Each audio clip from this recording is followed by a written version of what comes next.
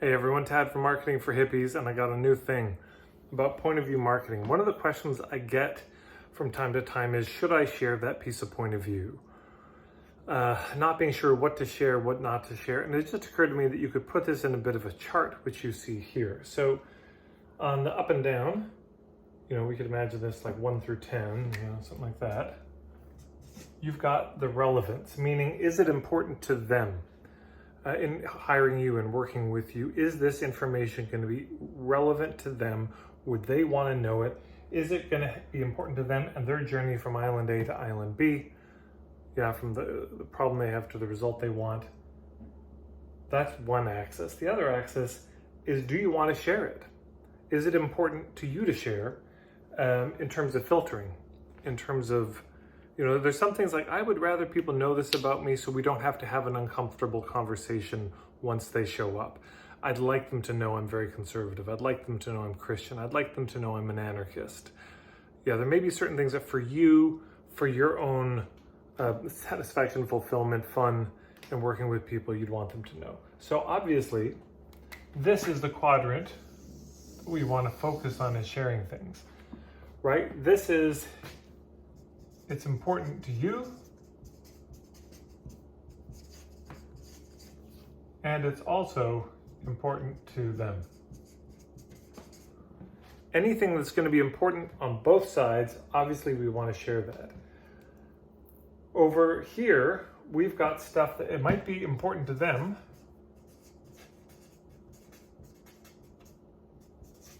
right? And another way to say this, important to them, is they want to know. But in this one, but you don't want to share it.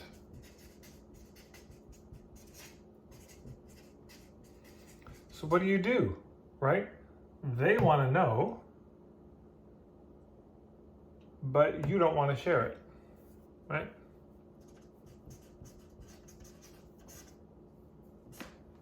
So this might be, for example, let's say you work with childhood trauma and you went through childhood abuse, maybe some very intense abuse, but for a lot of reasons, you don't want to share that. But it might be important for them to know that. So what do you do in that situation? I've done other videos of, do I have to tell my whole story? Part of it is you can write from that place, but not about that place. You can just make sure, that, and it probably will happen anyways, that it will come across. People can pick up on these things, that you've gone through something, that you do understand what you're talking about, you're familiar with the territory. You can also use other people's stories. You can just broadly allude to, you had some rough experiences in your childhood. But you don't have to share. That's important. This is a win-win situation we're looking for, ideally up here. But if they want to know and you don't want to share it, it's just going to be good to know that there's going to be questions they have. And down here, right, is they don't want to know it. And you don't want to share it.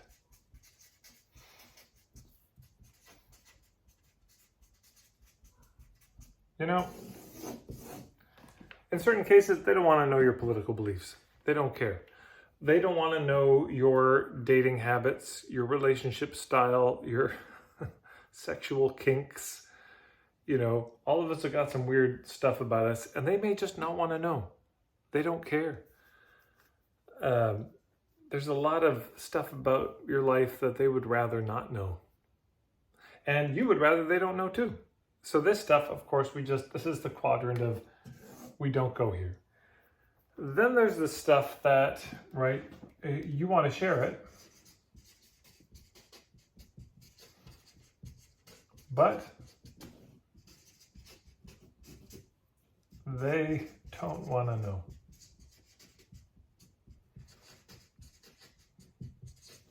Meaning it's just not relevant to them. It's not relevant to why they're reaching out to you. They don't care about it. It's okay to share that stuff. I just probably wouldn't feature it. I wouldn't make it dominant. you might want to share, your politics. You might want to share your deep personal story and history, and they just may not care. An example of this was I hosted a woman to do some webinars, and when it got to her story, it just went on and on and on. And I could see people turning off their cameras on Zoom, I think just leaving, because 45 minutes was her story. She wanted to share it for some reason, but it just wasn't relevant to people. They didn't really want to know that level of detail, and so they backed off. So it's worthwhile considering, okay, I'm excited to share this about myself, but do they care? Is this relevant? Is this going to help them decide if we're a fit or not? Or is this something that they just, you might want to share a photo of your breakfast every single day on your social media, and your people just may not care. You might want to, email your list every day with how you're feeling. I really want to share this so people know where I'm at and what's alive for me, but they may not care. So up here, right, it's important to you, it's important to them, meaning you want to share it and they want to hear it.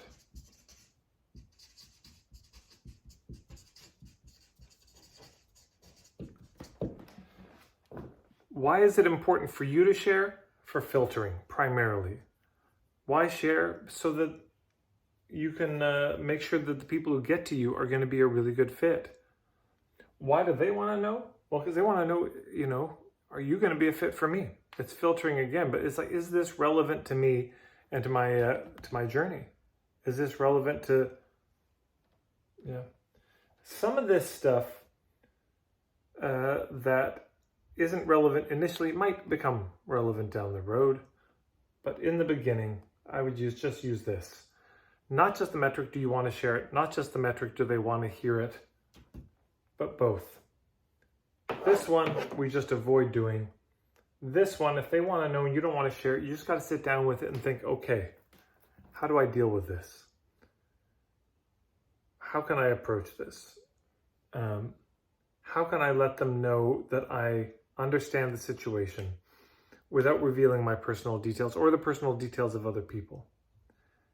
Not always possible. Sometimes you just have to bite the bullet and say, okay, God, I really don't want to share this thing, but it's going to make such a difference. It's so relevant to them that I will. But that can take a while to build up to. There's no need for this to happen immediately. Part of the reason you may not want to share it, you're just not ready. It's too soon. It may implicate other people and have real consequences for your life. Maybe you've got kids involved in a certain situation and you don't want to speak up. So it's okay that you don't want to share it now. That may move. I was talking with a client and she mentioned this where there were certain situations in her life with her ex, and her work has to do with the dynamic that happened with her ex, where she just thought, I'm not ready yet, but I will be. And she's just taking some time to build up the confidence and the clarity of what she wants to say. So that's one. Number two, again, you can share broad details about your story. I had a rough childhood. And you can speak about the emotional tone, the emotional terrain of it in such a way that people say, oh, I think they get it. Third, you can write about the situation, but not about your situation. You can say, a lot of people come to me having gone through this abuse, and you just write about what it's like for them to go through the abuse, or for people in general to go through such a situation. But because you've gone through it, people can often pick up the empathy around that situation. Of course, you can share stories, specific stories, and people can get it, that you get it. You can share testimonials. You can share case studies of other people you've worked with, all of which can convey this person is a safe place and they understand this very vulnerable situation. So there's a lot of ways to deal with that. And again, if you want to share it, but they don't want to know, they're just not that excited to hear it. Well, sometimes these things can be woven in. For example, there's a realtor and they were a photographer, and every time they'd send out an email about their real estate stuff to their clients, they would also include some photographs. So if they just sent out emails about their photographs, you can imagine people would unsubscribe. but it became a delightful detail. Or another realtor I heard about would send recipes. They were a foodie, a cook. And so they would send out these little PS, here's the recipe of the day. And people were excited to see it as a grace note, as an additional thing added to it. So you can do that, or in social media, you can share a little bit, just not too much. You know, I've been sharing some life stories, stories from my life, because I thought people might want to know a bit about how I came to some of these understandings, because it wasn't just through marketing. Some of these understandings about building community through marketing and ethics came from a lot of other things. And so I've been sharing those, but just once a week on Sunday, my Sunday stories, that's where I put it. So these things, again, these will be the grace notes. These will be not the focus of your content, but they'll be the PS, not the headline. They'll be the occasional special thing. It'll be in your bio, but probably not on the homepage. You can put those things there. These are things they're just not looking for. They're not seeking it out. They might actually be delighted. They don't want to hear it, but once they hear it, they might enjoy it. They're just not seeking it, if you understand. So we can share these things in little ways. You know, sometimes it's okay. They're not looking for it, but you need to share it still. Because you've had the experience that if I don't share these things, I get clients that are not a fit. And I don't want that anymore, so I'm going to make sure to share it. Even though they're not looking for it, they don't want to hear it, I'm going to share it.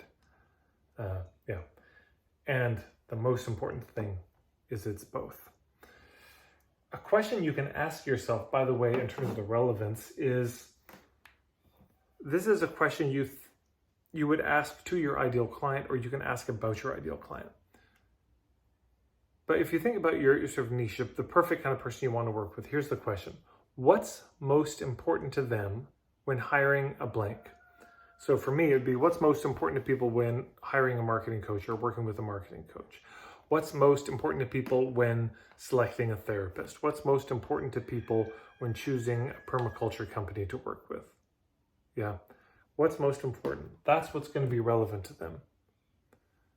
And another question you can ask is, what are the industry frustrations that people have for that industry in particular? Like, what really frustrates people about marketing coaches, yoga teachers, or therapists, or permaculture people, plumbers, doctors, lawyers? What is it that frustrates people? What are the annoyances, hassles, bits of friction that they have? So they're probably going to want to know about that too. That's going to be relevant stuff to share.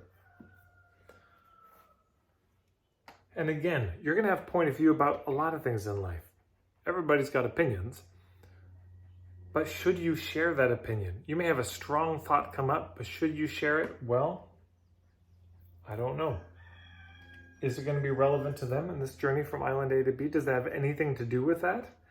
The less it has to do directly with them getting from island A to B, the less they care in the context of working with you. And then, does it really matter? Like, I might want to share about Doctor Who and why I think it's such a good show, but I don't know. Is it that relevant to who I work with? Not at all. So it's, it's probably in this thing. Doesn't mean you can't share these things from time to time, but I don't know. It's in terms of the journey, it's pretty low.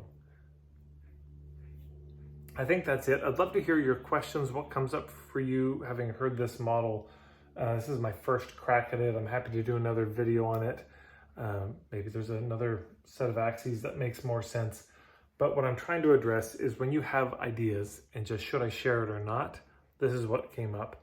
I'd love to hear what comes up for you. Thank you so much for tuning in. If you like this video, please give it a like, hit the subscribe button and the bell button. It'll notify you when I do more videos. And of course, thanks to everyone who shares these videos wherever you share them, because that's a lot of how people hear about me and my work. And marketingforhippies.com, lots of free stuff, including my ethical marketing starter kit that you can check out there. That's all. Thanks, everybody. Hey, why didn't I stop?